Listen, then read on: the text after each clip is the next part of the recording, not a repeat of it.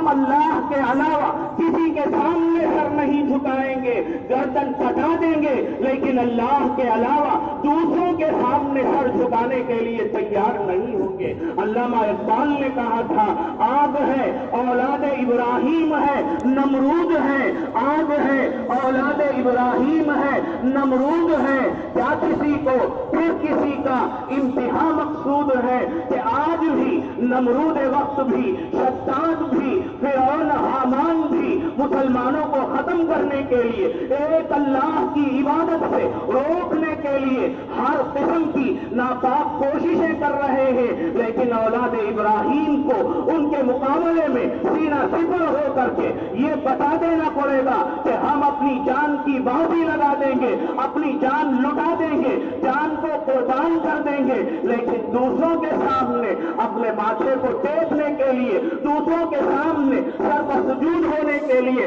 ہم ہرگز تیار نہیں ہوں گے۔ بزرگان محترم، حالات کا تقاضا یہی ہے، وقت کا تقاضا یہی ہے کہ ہم اس قربانی کو جو حضرت ابراہیم علیہ السلام نے 5000 سال پہلے پیش کر کے بتا دیا تھا اور بتایا تھا کہ میں اپنے بیٹے کے اوپر، اپنے لقب جگر کے گردن پر چھری پھیر رہا ہوں، اور چھری پھیر کر کے میرا بتانا مقصود یہ ہے کہ میں اللہ کے ہر حکم کو،